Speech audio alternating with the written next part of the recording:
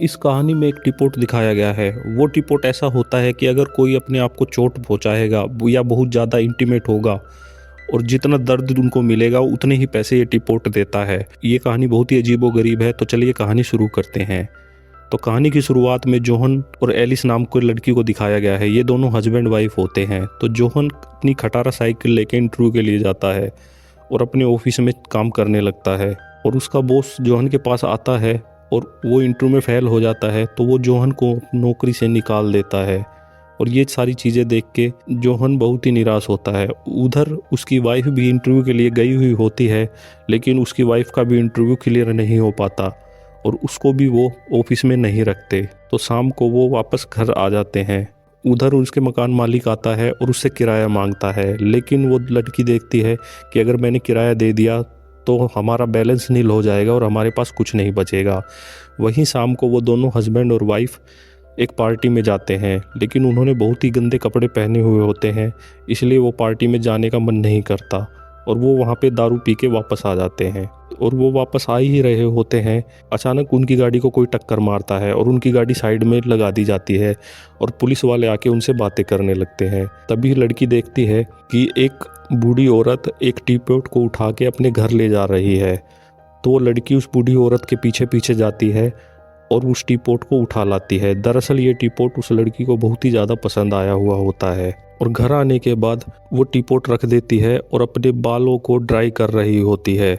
अचानक से उसे करंट लगता है और देखती है कि टीपोट में से पैसे आते हैं। तो वो समझ जाती है कि मैं जितना अपने आप को चोट पहुंचाऊंगी उतना ही ये टीपोट हमें पैसे देगा।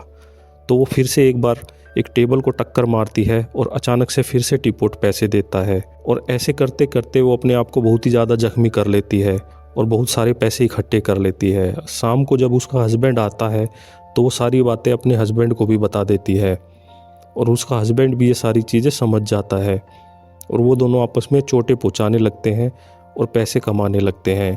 फिर उसका हस्बैंड एक दिन उस टीपोट को बेचने के लिए एक गैलरी में जाता है, तो गैलरी वाले उसे अच्छे पैसे नहीं देते तो वो वापस ले आते हैं। वहीं दूसरे एक आदमी को दिखाया गया है जो कि एक लोकेशन मार्क कर रहा होता है। फिर घर आने के बाद ये अपने आप को इतना जख्मी कर लेते हैं और बहुत सारा पैसा कमा लेते हैं और जब भी ये बहुत ही ज़्यादा इंटीमेट होते हैं तो भी टीपोट बहुत ही ज़्यादा पैसे देता है इनको और ये बात बात पे पैसे कमाने लगते हैं और बहुत ही ज़्यादा पैसे इकट्ठे कर लेते हैं। तभी एक दिन इनके घर में दो चोर आते हैं और वो इन दोनों को मारने लगते हैं और वो उनको बोलते हैं कि ये टीपोट मेरी दादी का है और जब से ये टीपोट खोया है मेरी दादी ने खाना पीना छोड़ दिया है।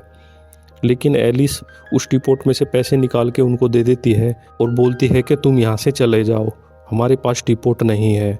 और वो बोलती है कि चाहो तो मेरे साथ भी कुछ कर लो, लेकिन वो उसके साथ कुछ नहीं करते, वो पैसे लेके चले जाते हैं। इधर उसका हस्बैंड जख्मी होके फर्श पे पड़ा हुआ होता है। फिर एक दिन एक आदमी इसके घर पे आता है और ये आदमी वही होता है जो लोकेशन मार्क कर रहा होता है और वो आदमी इनको बताता है कि ये टीपोट तुम्हें बर्बाद कर देगा, इसे जल्दी से फेंक दो। लेकिन ये लोग उसकी बातें नहीं समझते और उसे भगा देते हैं। तभी कुछ ही देर बाद उनका मकान मालिक वहाँ पे आता है और वो बोलता है कि तुम कंगालों के पास इतना पैसा कहाँ से आ गया। और वो टीपोट लेके भागने लगता है और टीपोट उसके हाथ से गिर जाता है और टीपोट के ऊपर से एक गाड़ी चढ़ जाती है, लेकिन टीपोट को कुछ नहीं होता और फिर से ये एलिस उस टीपोट को घर पे उठा लाती है और फिर ये उसी आदमी के पास जाते हैं जो टीपोट के बारे में इनके घर पे बताने आया था। तो वो आदमी इनको बताता है कि ये टीपोट बहुत ही पुराने टाइम से सबके पास रहा है, महाराजाओं के पास भी, चोर लुटेरों के पास भी, और इस टीपोट ने सबको बर्बाद कर दिया होता है। लेकिन वो दोनों नहीं मानते और इस टीपोट को कहीं नहीं देते और वो जगह जगह जाके लड़ाई झगड़ा करने लगते हैं ताकि इनको दर्द पहुँचे और इनको बहुत सारे पैसे मिले। एक दिन एलिस गाड़ी चला रही होती है और एक आदमी को गाड़ी से उड़ाना चाहती है, लेकिन उसका हस्बैंड उसे रोक देता है और गाड़ी का स्टीयरिंग घुमा देता है। और उधर देखते हैं कि धीरे धीरे इस टीपोट ने भी पैसे देना बंद कर दिया, क्योंकि उस आदमी ने बताया था कि तुम जितना ही बुरे काम करोगे उतने ही कम पैसे ये टीपोट तुम्हें देगा और ये टीपोट तुम्हें बिल्कुल बर्बाद कर देगा। अब हस्बैंड और वाइफ दोनों उदास रहने लग जाते हैं क्योंकि ये टीपोट इतने पैसे नहीं दे पाता। तो उसका हस्बैंड बोलता है कि इस टीपोट को हमें फेंक देना चाहिए, लेकिन एलिस नहीं मानती।